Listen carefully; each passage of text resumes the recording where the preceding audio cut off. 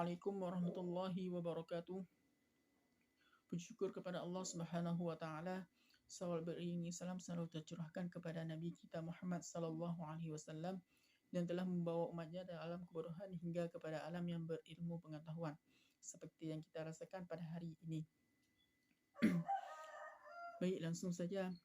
Tujuan saya di sini hanya untuk mempresentasikan hasil makalah saya terkait dengan judul Taharah. Langsung saja kepada pengertiannya. Jadi taharah ini adalah bersih menurut bahasa. Sedangkan menurut istilah ialah membersihkan diri dari segala perbuatan yang dilarang oleh syarak atau dari perbuatan yang akan menimbulkan dosa dan dari budi pekerti yang buruk atau perangai yang jahat. Sedangkan menurut ulama fikih, taharah berarti membersihkan diri dari najis dan hadas. Dalam hukum Islam, soal bersuci dan segala seluk-beluknya termasuk bagian dari ilmu dan amalan yang penting. Terutama kerana di antara syarat-syarat sahnya salat telah ditetapkan bahawa seseorang yang akan mengerjakan salat diwajibkan suci dari hadas dan suci pula badan, pakaian dan tempat dari najis. Tujuan dan fungsi taharah ini ada beberapa hal yang menjadi tujuan diisyaratkannya taharah. Di antaranya guna untuk mensucikan diri dari kotoran yang berupa hadas atau najis dan sebagai syarat sahnya salat dan ibadah seorang hamba. Taharah memiliki hikmah tersendiri, yakni sebagai pemelihara serta pembersih dari segala berbagai kotoran maupun hal-hal yang mengganggu dalam aktivitas ibadah seorang hamba. Seorang hamba yang senantiasa gemar bersuci, ia akan memiliki keutamaan-keutamaan yang dianugerahkan oleh Allah di akhirat nanti. Taharah juga membantu seorang hamba untuk mempersiapkan diri sebelum melakukan ibadah-ibadah kepada Allah. Sebagai contoh, seorang yang solat sesungguhnya ia sedang menghadap kepada Allah. Karenanya wuduk membuat agar fikiran hamba bisa siap untuk beribadah dan bisa terlepas dari kesibukan duniawi. Maka diwajibkan wuduk sebelum solat kerana wuduk adalah sarana untuk menenangkan dan meredakan fikiran dari kesibukan duniawi untuk siap melaksanakan solat. Macam-macam taharah. Yang pertama itu ada taharah dengan hadas. Taharah dengan hadas ini adalah cara membersihkannya dengan memakai air atau tanah atau salah satunya menurut sifat yang diisyaratkan untuk menghilangkan najis dan hadas. Taharah secara garis besar ada 3 macam, iaitu taharah dari hadas berserta besar seperti ijma', keluar air mani dan nifas atau wiladah. Cara mengangkat hadas besar dengan mandi atau dengan tayamum apabila tidak ada air atau dalam keadaan sakit parah yang tidak bisa kena air. Yang kedua ada taharah dengan najis. Najasah atau najis menurut bahasa ialah kotoran dan lawannya itu suci. Menurut syarak yang membatalkan solat seperti kotoran manusia dan kemih. Najis berarti sesuatu yang tidak suci yang dapat menghalangi seorang dalam melakukan ibadah kepada Allah. Sedangkan jenis-jenis najis secara garis besar dibagi menjadi, iaitu yang pertama ada bangkai, yang kedua ada darah, dan ketiga ada kotoran hewan dan anjing. Yang ketiga ada istinja.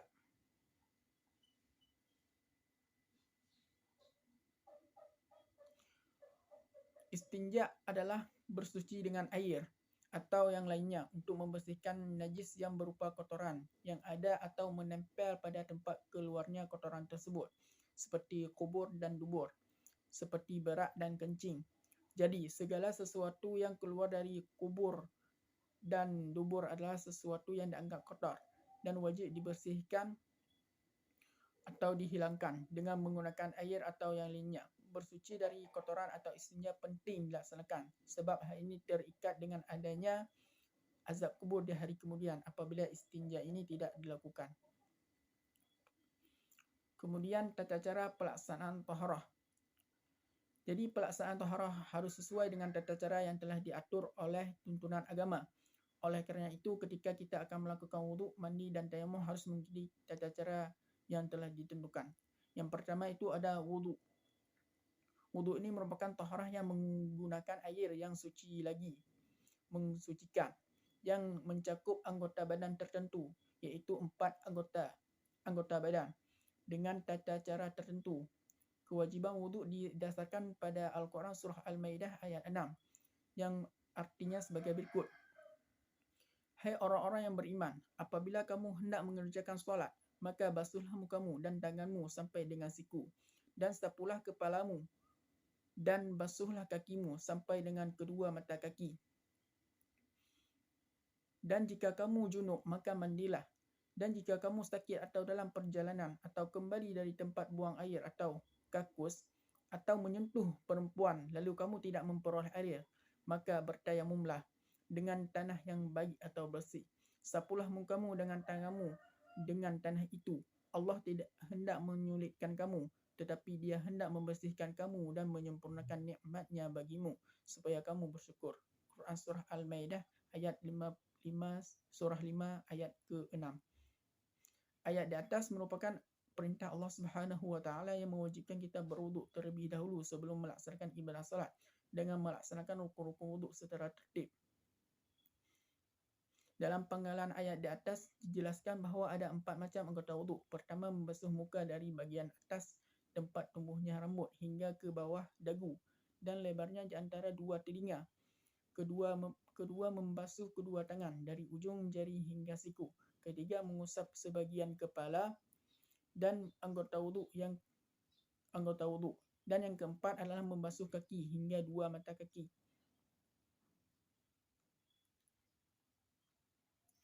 Yang kedua itu ada tayamum. Sama halnya dengan berwuduk, yang masing-masing memiliki cara tertentu dalam pelaksanaannya yang harus diketahui oleh seorang muslim, baik laki-laki maupun perempuan, apabila hendak melaksanakannya. Berikut ini cara-cara dalam tayamum, yaitu yang pertama membaca basmalah dengan berniat. Dan yang kedua, meletakkan kedua tangan ke tanah atau debu yang suci. Apabila tidak ada tanah yang khusus disediakan, maka boleh ke dinding atau jendela atau kaca yang dianggap ada debunya. Boleh pasir, batu atau yang lainnya. Dan yang ketiga, debu yang ada di tangan kemudian ditiup dengan tujuan ringan, baru mengusapkan debu ke wajah sekali usapan.